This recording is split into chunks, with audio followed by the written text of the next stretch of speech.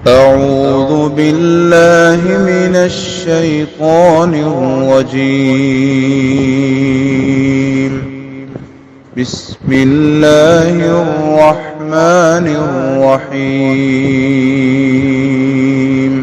نبی پاک صلی اللہ علیہ وسلم کو جو خوشی اور فرحت حاصل ہو، مرد کے لیے عورت کے اعضاء میں، اس کے جسم میں فطری طور پہ ایک کشش اللہ نے رکھی۔ نرمی سے بات نہ کرو کا یہ مطلب کہاں سے آ گیا کہ تم بدتمیزی کرو؟ اور جو ناجائز رستے ہیں بدکاری کے، زناکاری کے، غلط تعلق داری کے، ان سب کو اللہ پاک نے بند کیا ہے پردے کا حکم دے۔ السلام علیکم ورحمۃ اللہ وبرکاتہ۔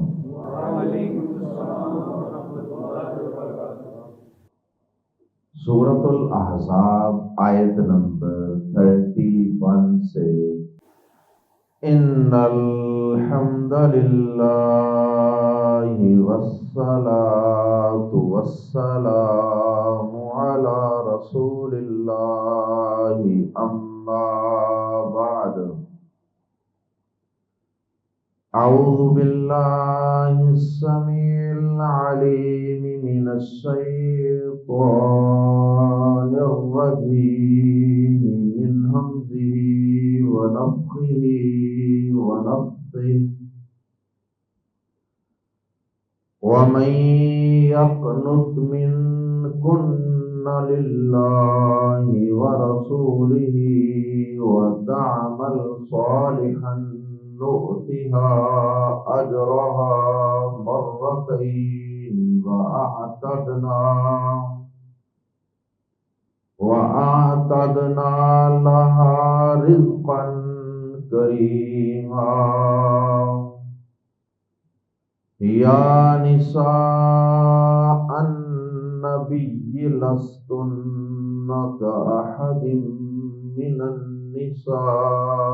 إن اتقيتن فلا تخضعن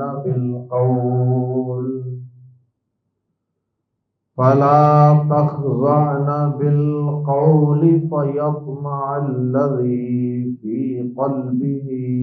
مرض وقلن قولا معروفا۔ آیات زیر تفسیر میں اللہ کے پیارے پیغمبر جناب محمد الرسول اللہ صلی اللہ علیہ وسلم کی ازواج مطہرات کی شان و عظمت اور فضیلت بھی بیان فرمائی گئی ہے، ان کو دنیا اور آخرت میں ملنے والے انعامات کا بھی تذکرہ ہے، اور اس کے ساتھ ساتھ انہیں امت کی عورتوں کے لیے، مسلمان عورتوں کے لیے اسوہ اور نمونہ بھی قرار دیا گیا، انہیں رول ماڈل بنایا گیا ہے، اور اس کے ساتھ ساتھ انہیں رول ماڈل بنانے کے ساتھ ساتھ پھر انہیں کئی طرح کے احکامات بھی اللہ رب العزت کی طرف سے دیے گئے، بہت سی انسٹرکشنز اور ہدایات دی گئی ہیں تاکہ ازواج مطہرات امت کی عورتوں کے لیے ایک زبردست نمونہ اپنے آپ کو بنا کر پیش کر سکیں۔ ازواج مطہرات کی گفتگو کا انداز کیسا ہونا چاہیے، اور پردے اور زیب و زینت کے احکامات اور زیب و زینت کے معاملات کیسے ہونے چاہیے، اور اسی طرح ان کا نماز، روزہ اور اللہ اور اس کے رسول صلی اللہ علیہ وسلم کی اطاعت و فرما برداری کے حوالے سے کیا طرز عمل ہونا چاہیے، ان سب باتوں کا آیات زیر تفسیر میں تذکرہ ہے۔ سب سے پہلی آیت مبارکہ میں اللہ رب العزت نے نبی پاک صلی اللہ علیہ وسلم کی ازواج مطہرات، آپ کی پاکیزہ بیویوں کو یہ خوشخبری اور بشارت دی ہے کہ جس طرح گزشتہ پارے کی آخری آیت مبارکہ میں یہ کہا گیا تھا کہ اگر تم میں سے کوئی نامناسب اور غلط کام بفرض محال اگر بجا لاتی ہے تو اسے سزا بھی دوہری ملے گی، تو اسے دوہری سزا ملے گی۔ اسی طرح سے اب اللہ رب العزت نے آیت نمبر 31 میں یہ بات بیان فرما دی کہ اے نبی کی بیویو، اگر تم کوئی نیک عمل کرتی ہو، اپنے دامن کو ہر قسم کی اللہ کی نافرمانی سے پاک رکھتی ہو اور نیک اعمال بجا لاتی ہو، اللہ اور بندوں کے حوالے سے نیک اعمال کو بجا لاتی ہو، اعمال صالحہ بجا لاتی ہو، تو تمہارا اجر و ثواب بھی عام عورتوں کی طرح نہیں ہے، تمہارا اجر و ثواب بھی عام عورتوں سے دوہرا ڈبل اجر و ثواب ہے۔ اللہ اکبر۔ آئیے پہلی آیت مبارکہ قرآن مجید ہی کے الفاظ میں پڑھتے ہیں، وَمَن يَقْنُتْ، اور جو کوئی فرما برداری کرے، قاناتا یا قنوتو کا معنی قنوت اسی سے ہے، اس کا معنی فرما برداری کرنا، جس طرح آتا ہے نا والقانتین والقانتات، تو یہ وہی لفظ ہے وَمَن يَقْنُتْ، اور جو کوئی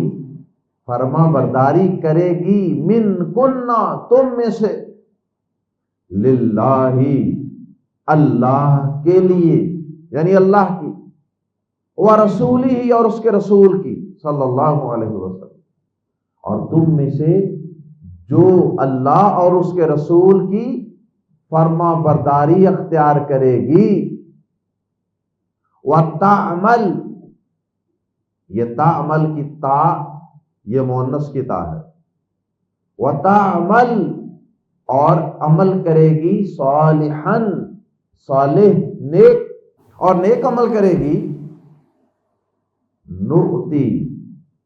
ہم دیں گے، یؤتی وہ دے گا، تؤتی تو دے گا، اور اؤتی میں دوں گا، اور نؤتی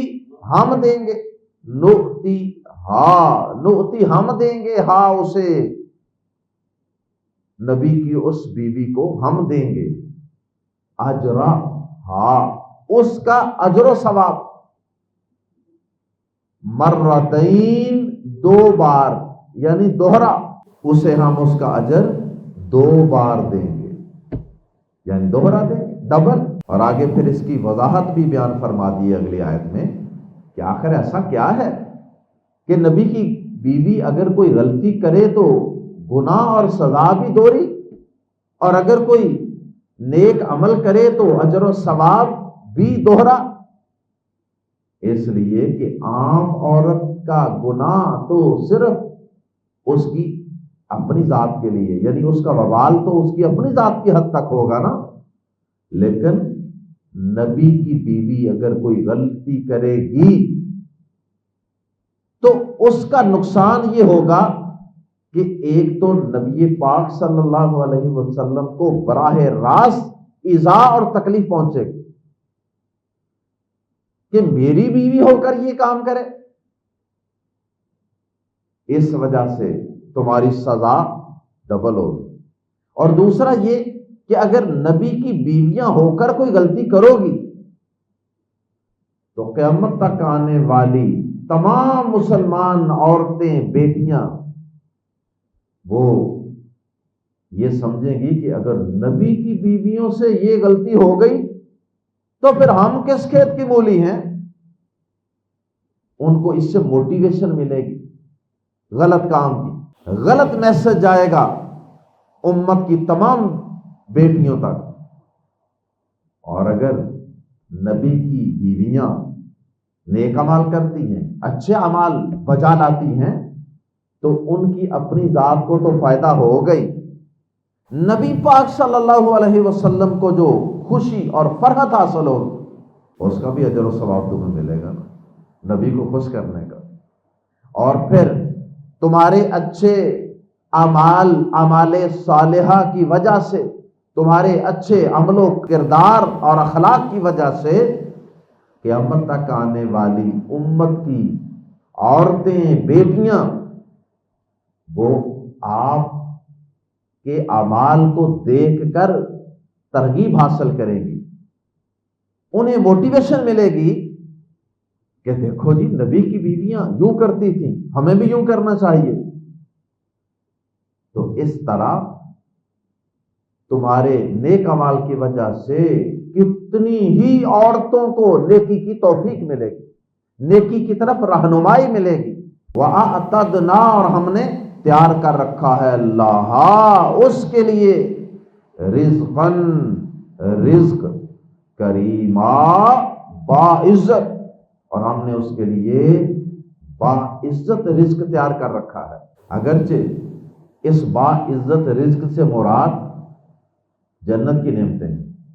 لیکن دنیا کا باعزت رزق بھی اس سے مراد ہے،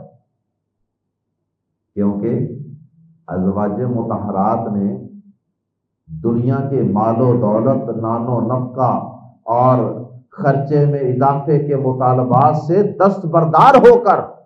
پیارے نبی صلی اللہ علیہ وسلم کے ساتھ روکھی سوکھی کھا کر زندگی بسر کرنے کا فیصلہ کیا۔ جو اللہ کے لیے دنیا کی کوئی نعمت چھوڑ دیتا ہے، دنیا کا کوئی عارضی فائدہ اور مفاد چھوڑ دیتا ہے، تو اللہ پاک پھر اس کو بے حد و حساب رزق عطا فرماتا، تو اس کے بدلے میں اس کی تلافی کے طور پہ کہ تم نے نبی کا ساتھ دیا نا رکی سوکی کھا کے، تو اللہ پاک نے اب اس کے بدلے میں تمہیں دنیا کے اندر بھی بڑا عزت والا رزق دینا ہے، اور جنتوں کے اندر بھی بڑا ہی عزت والا رزق اللہ نے تمہارے لیے تیار کر رکھا۔ اور واقعی ایسا ہی ہوا۔ پیارے نبی جناب محمد رسول اللہ صلی اللہ علیہ وسلم کو خیبر جب فتح ہوا تو خیبر فتح ہونے کے بعد اتنا مال غنیمت آیا مسلمانوں کو کہ پیارے نبی صلی اللہ علیہ وسلم کو اس میں سے جو 5واں حصہ ملتا تھا، سورہ انفال کی آیات کے مطابق 5واں حصہ اللہ پاک نے نبی پاک صلی اللہ علیہ وسلم کے لیے رکھا تھا۔ تو وہ جو 5واں حصہ تھا، خمس، 5ویں حصے کو کہتے ہیں عربی میں خمس، تو اس خمس کی مقدار اتنی زیادہ تھی کیونکہ مال غنیمت ہی بہت زیادہ تھا، تو اس میں سے خمس بھی پھر بہت زیادہ تھا کہ نبی پاک صلی اللہ علیہ وسلم اپنی ہر بیوی کو سالانہ 240 من کھجوریں دیتے تھے، 240 من کھجوریں اپنی ایک بیوی کو سالانہ خرچے کے طور پہ دیتے تھے اس خمس میں سے، اور اسی طرح 60 من جو دیا کرتے تھے۔ اللہ اکبر۔ اور یہ آپ کی بیویوں کا جو نان و نفقہ تھا، یہ سنن ابی داود میں حدیث ہے، پیارے نبی صلی اللہ علیہ وسلم کی بیویوں کا یہ نان و نفقہ آپ کی وفات کے بعد بھی جاری و ساری رہا، خلفائے راشدین نے بھی اس کو جاری رکھا۔ تو اس کی طرف اشارہ ہے وَأَعْتَدْنَا لَهَا رِزْقًا كَرِيمًا، اور اس نے تمہارے لیے باعزت رزق تیار کر رکھا ہے۔ صرف تمہارا نبی پاک سے وہ نان و نفقے میں اضافے کا مطالبہ اللہ تعالیٰ کو اچھا نہیں لگا، اللہ کے رسول کو اچھا نہیں لگا۔ اس کا یہ مطلب نہیں کہ اللہ پاک نے تمہیں ساری زندگی تنگ دستی میں رکھنا۔ وقت آئے گا کہ مال و دولت کی فراوانیاں بھی ہوں گی، جہاد ہوگا، قافلے آگے بڑھیں گے،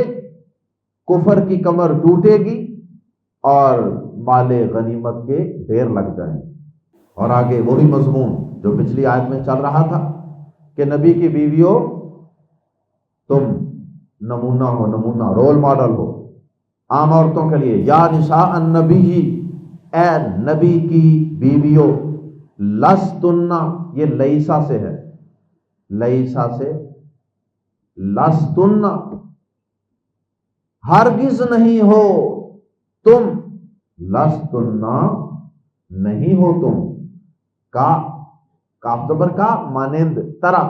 احدن کسی ایک کے، من النساء عورتوں میں سے،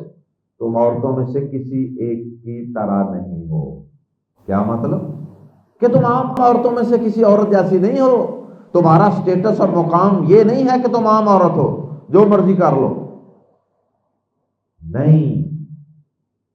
اس جملے میں یہ اشارہ موجود ہے کہ تم عام عورتیں نہیں ہو، نبی کی بیویاں ہو، ہر ایک کی نظر ہے تم پر۔ ان اتقیتن، آگے شرط لگائی گئی ہے، ان اتقیتن، اگر تم تقوی اختیار کرو اے نبی کی بیویوں، تم کسی عام عورت جیسی نہیں ہو۔ اس کا تعلق، ان اتقیتن کا تعلق پہلے جملے سے بھی ہو سکتا ہے کہ اگر تم تقوی اختیار کرو، پرہیزگاری اختیار کرو تو تم عام عورتیں نہیں ہو، اور اس کا تعلق اگلے جملے سے بھی ہو سکتا ہے، اگر تم تقوی اختیار کرو تو یہ کام کرو جس کا آگے اللہ پاک نے تمہیں حکم دیا ہے، اور وہ کام کیا ہے؟ فلا، پس نہ، تخضعنا، پس نہ تم جھکاؤ، پست کرو، نرمی کرو۔ خشوع و خضوع ہوتا ہے نا ایک لفظ، خشوع و خضوع، تو یہ خضوع کا لفظ تخضعنا کے اندر موجود ہے۔ خضوع کا معنی ہوتا ہے کہ انسان جب عبادت میں کھڑا ہو نا تو اس کا جسم بھی اور اس کا دل بھی اللہ کے سامنے پست ہو، جھکا ہوا ہو۔ فلا تخضعنا، پس نہ نرمی کرو، بالقول، بات کرنے میں۔ فلا تخضعن بالقول، تو بات کرنے میں نرمی نہ کرو۔ کیا مطلب؟ کہ ایسی لچکدار، ایسی نرم و ملائم آواز نکال کے بات نہ کرو، ایسی ملائمت والے لہجے میں بات نہ کرو، پاکے یطمع، طمع کر بیٹھے، لالچ کر بیٹھے، الذی، وہ شخص، فی قلبہ، جس کے دل میں مرض، بیماری ہے، جس کے دل میں بیماری ہے وہ طمع کر بیٹھے۔ بیماری کیا ہے؟ جنسی مریض ہے، جنسی آوارگی کا مرض ہے۔ تو جب وہ کسی عورت کی آواز میں نرمی اور ملائمت دیکھے گا تو اس کو کچھ امید لگ جائے گی کہ شاید یہ عورت کوئی میری طرف مائل ہے تو میں بھی مائل ہو جاؤں۔ اللہ اکبر۔ جس طرح اللہ پاک نے عورت کے جسم میں مرد کے لیے فطری طور پہ کشش رکھی، اور اللہ پاک نے اس کشش کا جائز رستہ نکاح بتایا، اور جو ناجائز رستے ہیں بدکاری کے، زناکاری کے، غلط تعلق داری کے، ان سب کو اللہ پاک نے بند کیا ہے پردے کا حکم دے کے۔ اسے اللہ تعالیٰ نے بند کیا ہے عورت اور مرد دونوں کو اپنی نظروں کو کچھ کسی حد تک جھکا کر رکھنے، ٹکٹکی لگا کر دیکھنے سے منع کیا۔ اسی طرح تنہائی میں ایک مرد اور عورت کے بیٹھنے سے بھی منع کیا ہے۔ یہ سارے احکامات کیوں دیے ہیں؟ کیونکہ مرد کے لیے عورت کے اعضاء میں، اس کے جسم میں فطری طور پہ ایک کشش اللہ نے رکھی۔ اب جس طرح عورت کے وجود میں مرد کے لیے کشش اور اٹریکشن ہے نا، اسی طرح عورت کی آواز بھی اللہ تعالیٰ نے مرد کی نسبت نرم اور خوبصورت بنائی، تو اس آواز کے اندر بھی مرد کے اندر ایک فطری طور پہ کشش ہے، تو اللہ پاک نے اس کشش کے سائیڈ ایفیکٹس، اس کے مضر اثرات سے بچنے کے لیے مرد اور عورت کو کچھ احکامات کا پابند کیا ہے بطور خاص عورت کو، اور وہ کیا ہے؟ غیر محرم مرد سے عورت بات کرے تو اپنی گفتگو میں ذرا تھوڑی سی سختی پیدا کرے، نرمی اور ملائمت سے بات نہ کرے، لہک لہک کے بات نہ کرے، ہنس ہنس کے بات نہ کرے، آواز کے اوپر شیرینی کے خول چڑھا چڑھا کر باتیں نہ کرے کہ جسے بات کر رہی ہے اسے کوئی کشش محسوس ہو کہ لگتا ہے کہ یہاں بات بن جائے۔ بعض لوگوں نے یہاں سے ایک اور مفہوم بھی نکال لیا، اور وہ یہ بڑی ہی بات مشہور ہے، اور وہ بات کیا ہے کہ جی عورت کی آواز پردہ ہے۔ کئی خواتین جو سوشل میڈیا پہ کام کرتی ہیں، کوئی درس و دروس کا کام کرتی ہیں یا کوئی کلپ بناتی ہیں، تو اگرچہ ان میں سے بھی بہت سی خواتین ایسی ہیں کہ جن کی اصلاح کی ضرورت ہے، بعض خواتین کا پردہ ٹھیک نہیں ہوتا اور وہ بڑا بن سنور کے ویڈیو ریکارڈنگ کرواتی ہیں، مردوں کے لیے وہ فتنے کا سبب بنتی ہیں۔ یہ اپنی جگہ ایک بات درست ہے، لیکن اکثر لوگوں نے نیچے یہ کمنٹ کیا ہوتا ہے کہ تم بڑی مبلغہ بنتی ہو، تم بڑی فلان بنتی ہو، عالمہ بنتی ہو، قاریہ بنتی ہو، تمہیں اتنا بھی نہیں پتا کہ عورت کی آواز پردہ ہے، مردوں کو کیوں سنا رہی ہو؟ تو اس بات کی اصلاح کرنا چاہتا ہوں کہ قرآن و حدیث میں ایسی کوئی دلیل نہیں ہے کہ عورت کی آواز پردہ ہے۔ عورت کی آواز پردہ نہیں ہے۔ عورت غیر محرم مرد سے شریعت کی حدود میں رہ کر جائز حد تک، مناسب اور مختصر حد تک بات کر سکتی، لیکن تنہائی میں نہ بیٹھے، لمبی لمبی گھنٹہ گھنٹہ کالے نہ کرے، مختصر ضرورت کے تحت ضروری مختصر بات، اور پھر بات کا لب و لہجہ بہت اچھا ہو، اس کے اندر بالکل سنجیدگی ہو، متانت، سننے والا سمجھ جائے کہ یہ عورت تو بڑی سنجیدہ عورت، نا امید ہو جائے۔ اس آیت کے اندر بھی یہ بات موجود ہے۔ اللہ پاک نے یہ نہیں کہا کہ عورت مرد کے ساتھ بات ہی نہ کرے، اللہ پاک نے یہ کہا ہے کہ فلا تخضعن بالقول، بات کرنے میں نرمی نہ کرو، ورنہ تو اللہ تعالیٰ یہ کہتے ہیں نا کہ بات کرو ہی نہ، اللہ تعالیٰ نے یہ کہا کہ نرمی نہ کرو بات کرتے ہوئے، اور پھر آخری جملہ مزید بات کو واضح کر رہا ہے، وَقُلْنَا، اور کہو، قولاً، بات، معروفا، اچھی، اور بات وہ کہو جو اچھی ہو، یعنی معروف کے مطابق سلجھے طریقے سے اچھی بات اچھے انداز سے کرو۔ یہاں تو اللہ پاک نے حکم دے کے اجازت دی ہے، وَقُلْنَا، اور کہو، کرو بات، قولا معروفا، معروف طریقے سے بات۔ اس آخری جملے کے اندر ان خواتین کی بھی اصلاح ہے کہ چند ایسی خواتین بھی دیکھنے کو ملی کہ جنہوں نے گھر میں گئے دروازہ ناک کیا، میں نے خود یہ تجربہ کیا، دروازہ ناک کیا تو بڑے ہی بدتمیزی والے انداز سے آگے سے ٹریٹ کیا گیا، ادھورا سا جواب دے کے اندر بھاگ گیا اور دروازہ ٹھا مار۔ اللہ تعالیٰ نے اس کی بھی تردید فرمائی۔ یہ اس کا یہ مطلب ہرگز نہیں ہے کہ تم نرمی سے بات نہ کرو، کا یہ مطلب کہاں سے آ گیا کہ تم بدتمیزی کرو؟ کئی خواتین ہیں، کال کرو کسی مرد کو تو اب اس کی بیوی جو ہے نا 5 کالیں 7 کالیں کرو، فون ہی نہیں اٹینڈ کرتی، دیکھ رہی ہے میاں صاحب نہا رہے ہیں یا کہیں باہر گئے ہوئے ہیں، اب ضروری کام ہے ان کے ساتھ، کہیں ٹائم سیٹ تھا۔ اب عورت کو چاہیے نا فون اٹینڈ کر لے،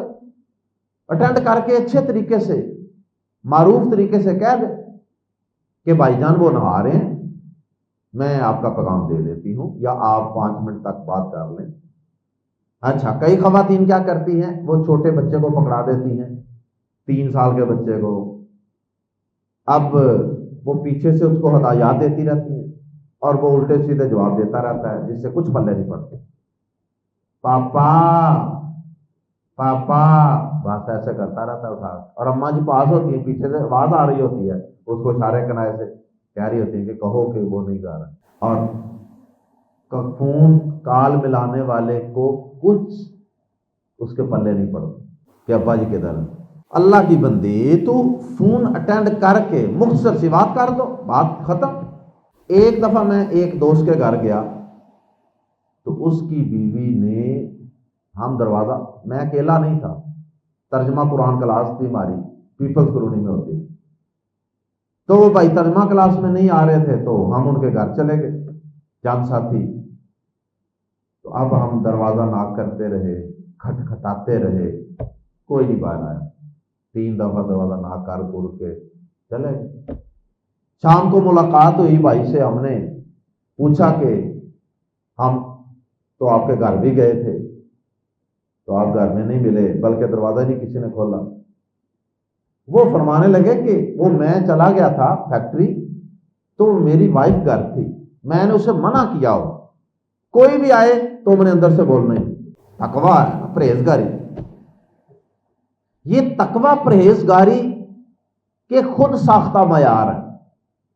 اللہ اور اس کے رسول سے آگے نہیں گزرنا چاہیے. تو ایسی کوئی بات نہیں ہے، یہ طریقے درست نہیں ہیں، بلکہ انہیں اندر سے جواب دے دینا چاہیے اور اس کا اپنی بیوی کو منع کر دینا کہ بولنا ہی نہیں، تو نے گونگی بن جانا جب میں گھر میں نہ ہوں. کتنی غلط بات ہے کہ آپ کے دروازے پہ 5-7 معزز آدمی آئے ہیں، وہ مہمان ہی ہے نا. چلیں آپ ان کو اندر نہیں بٹھا سکتی کیونکہ گھر میں مرد نہیں ہے کوئی، کم از کم مہمان کا اتنا عزت احترام تو بنتا ہے نا کہ آپ اندر سے کھڑکی کھول کے دروازے کے اندر کھڑے ہو کے اتنا کہہ دیں کہ وہ کارخانے چلے گئے، بات ختم. وَقُلْنَا قَوْلًا مَّعْرُوفًا، اور وہ بات کہو جو اچھی ہو، معروف بات، جو مناسب جائز بات ہے نا وہ کرو. اللہ اکبر. تو عورت کی آواز پردہ نہیں ہے، عورت کی آواز پردہ نہیں ہے. صرف عورت کی آواز کی کچھ شروط ہیں، کچھ حدود و قیود اللہ تعالیٰ نے مقرر کی کہ اس طرح کرنی ہے، اس طرح نہیں کرنی بات. یہی وجہ ہے